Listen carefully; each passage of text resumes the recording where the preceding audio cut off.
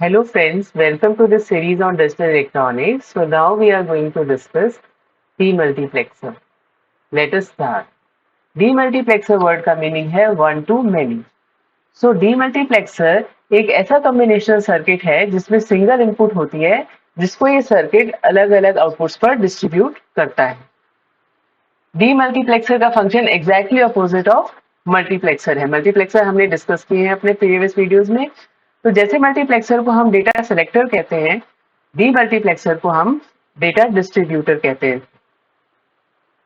This is data distributor.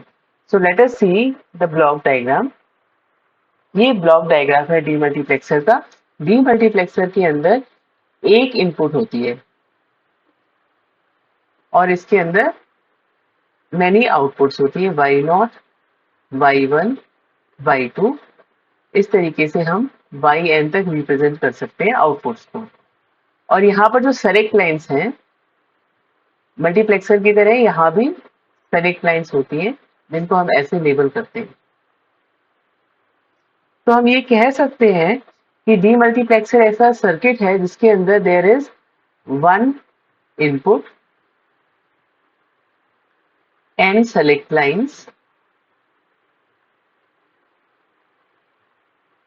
and 2 to the power n output lines.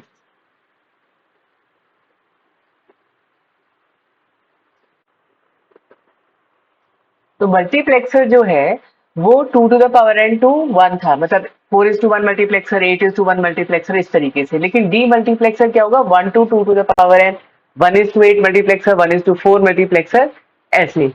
तो अब हम पहले डिस्कस करते हैं 1:4 D multiplexer. Let us first see the block diagram. यहाँ पर ये है इनपुट, इसको हम आई से रिप्रेजेंट कर देते हैं. Output is represented by y0, y1, y2, y3. और यहाँ पर है हमारी selection lines S0 and S1, जिनको हम सेलेक्ट लाइंस बोलते हैं. तो let us see the truth table. अब ट्रुथ टेबल में आप देखेंगे कि हमारी ये है इनपुट्स जिनको हमने आई से रिप्रेजेंट किया है. तो जब S1 और S0 0 है तो y0 पर सिग्नल अवेलेबल है. अगर वो 0 1 है तो y2 पर, y1 पर सिग्नल अवेलेबल है. तो डिपेंडिंग अपॉन सेलेक्ट लाइंस जो सिग्नल होता है वो y0, y1, y2 या y3 पर अवेलेबल होगा.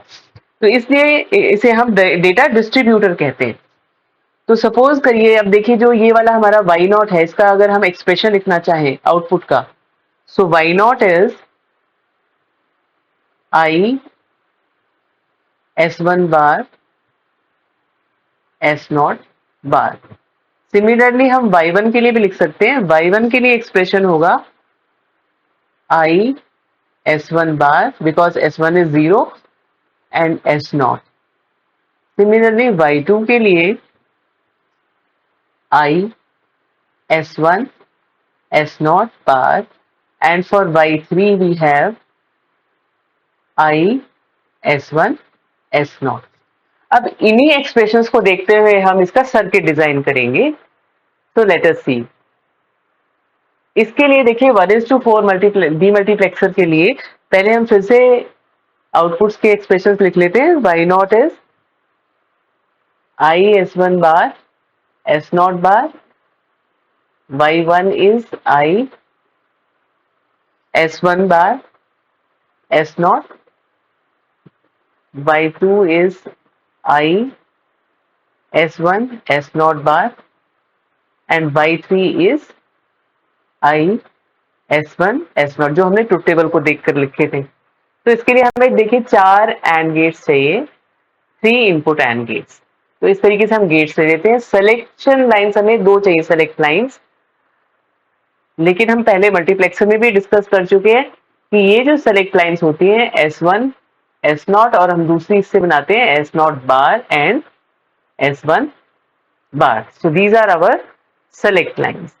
नेक्स्ट हम यहाँ पर कनेक्शंस करेंगे.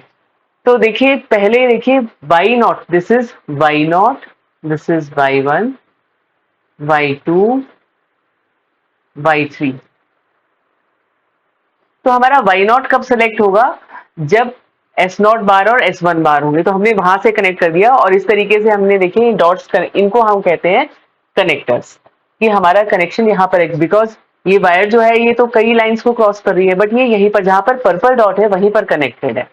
तो सिमिलरली हम S0 एंड S1 बार भी कनेक्ट कर देते हैं, जो Y1 के लिए है selection lines, and then we connect S1 and S0 bar like this, and this is S1 and S0। तो हमने सारे कॉम्बिनेशन कनेक्ट कर दिए।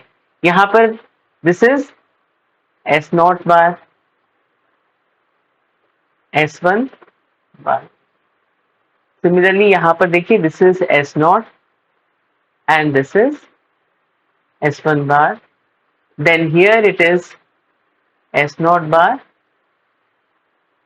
S1, और यहाँ पर है S0 एंड S1। अब हमारी जो इनपुट है वो चारों गेट्स से कनेक्टेड है, so this is our input. अब डिपेंडिंग अपॉन कौन सी सेलेक्ट लाइन एक्टिवेट होती है, अगर S0 बार S1 बार है तो आउटपुट पर Y0 पर सिग्नल अवेलेबल होगा, और अगर S1 बार S0 है तो Y1 पर सिग्नल अवेलेबल होगा। इस तरीके से हमारा डीमल्टीप्लेक्सर काम करता है। तो इसी लॉजिक से आप जो है 1:8 डीमल्टीप्लेक्सर भी डिजाइन कर सकते हैं। उसके लिए हमें 4 एंड गेट्स चाहिए होंगे, 4 इनपुट एंड गेट्स, और हमें 3 सेलेक्ट लाइंस चाहिए होंगी। तो this is S0, S1, S2, और यहाँ पर जो है S0 बार, S1 बार, S2 बार, और ये हमारी आउटपुट्स है Y0, Y1, Y2, Y3, Y4, Y5, Y6, Y7। अब ये कनेक्शंस हमने उसी बेसिस पे किए हैं कि जैसे Y0 है तो Y0 कब सेलेक्ट होगा, Y0 पे इनपुट तब आएगी जब हमारा S2 bar, S1 bar, S0 बार होगा। तो आप इसको ध्यान से देखिए, ये सारे जो कनेक्शंस हैं यहाँ पर हम कनेक्टर्स भी लगा देते हैं। तो इन सब कनेक्शंस में देखिए जो फर्स्ट है यहाँ पर this is S2 bar, then this is S1 bar and this is S0 bar. तब आपकी जो इनपुट है वो Y0 पे आएगी as output, because Y0 is I, S2 bar, S1 bar, S0 bar. तो हम इनपुट ऐसे कनेक्ट कर देते हैं। तो आप किसी कॉम्बिनेशन को भी चेक कर सकते हैं। सपोज करिए Y3 है, तो Y3 के लिए दिस इज अवर Y3। तो Y3 पे आप देखेंगे कि this is connected to S0, S1 and S2 bar, S2 bar, S1, S2। तो इस तरीके से हमारा Y3 सेलेक्ट हो जाएगा। ऐसे ही आप बाकी इस इनपुट को, दिस इज इनपुट, इसको आप चाहे जिस गेट पर अवेलेबल करा सकते हैं। तो इसका यूज कहाँ होता है कम्युनिकेशन सिस्टम में, लेट अस सी। देखिए हमारा जो मल्टीप्लेक्सर है दैट इज डेटा सेलेक्टर, इसको हम कहते हैं डेटा सेलेक्टर। तो हमारे पास क्या था कि यहाँ पर इनपुट्स अवेलेबल थी बहुत सारी, I0, I1, I2 till IN like this, और ये है हमारी सेलेक्ट लाइंस S0 से लेकर SN तक लाइक दिस। अब हमें देखना है, देखिए यहाँ पर जो आउटपुट आएगी वो आएगी डिपेंडिंग अपॉन सेलेक्ट लाइंस। कोई भी आउटपुट आपकी सेलेक्ट, ये वाली इनपुट सपोज करिए कि I2 is available, suppose I2 आती है depending upon the select lines. अब ये हमने सिग्नल तो सेलेक्ट कर लिया, अब हम इसे किस चैनल पे भेजना चाहते हैं। ये हमारा हो गया channel 0, channel 1, channel 2 like this. कहाँ भेजना चाहते हैं, तो ये I2 हमने डीमल्टीप्लेक्सर को भेजा। अब ये जो I2 है ये यहाँ पर अवेलेबल होगा। सो this is SN-2 selection line है आपकी। तो डिपेंडिंग अपॉन कि कौन सी सिलेक्शन लाइन है उस चैनल पर हमारा ये I2 सिग्नल चला जाएगा। So this becomes data distributor. ये आपका हो गया डेटा डिस्ट्रीब्यूटर। तो देखिए ये वाला जो है मल्टीप्लेक्सर जो है ये कहां पर यूज हो रहा है, this is being used at the sender and, जहां से सिग्नल भेजा जा रहा है। तो ये सेंडर एंड पे यूज हो रहा है। और ये वाला कहां यूज हो रहा है, ये रिसीविंग एंड पे, डीमल्टीप्लेक्सर जो है ये रिसीविंग एंड पे, जहां पर सिग्नल रिसीव होता है वहां पर यूज हो रहा है. So that's all for now. Thank you so much for watching. Please like, share and subscribe my channel. Thank you so much.